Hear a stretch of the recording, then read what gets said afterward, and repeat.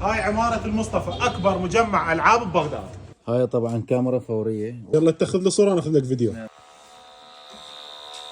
الله الله، شو مسوي له؟ شلون لقطة حلوة. حط صابعي. هاي لعبة مال عمر سنة ونص سنتين، نقطة مال كهرباء، سويتش.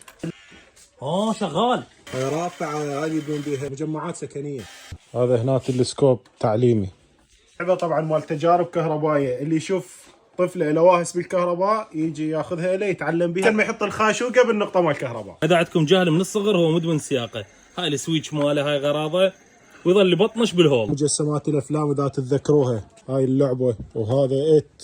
الشخصية بس جيل التسعينات يعرفوها، جيل الالفينات يمكن ما يعرفوها، هسه ما وصلت. شاشة الحيوانات، طبعا يختلف سعرهن حسب الكمية الموجودة بالكيس. هاي هنا مجسمات مال ماينكرافت، هاي سبايدر مان، وهاي مجسمات سيارات صغار، كانت هوايتي من كنت صغير اجمعها. مجسمات السيارات قديمة، بي ام، فولفو، ابو جحيل. هنا راح تلقون مختلف انواع حجلات الاطفال.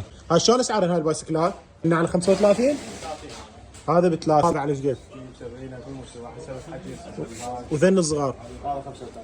موجودة مختلف انواع السيارات، سيارات حجم اكبر يكون شحن وتحكم ريموت. موجودة السكوترات بمختلف الاحجام، طبعا يختلف سعرها باختلاف الحجم. مجمع المصطفى حافظ القاضي، نزلة جسر الاحرار على اليمين.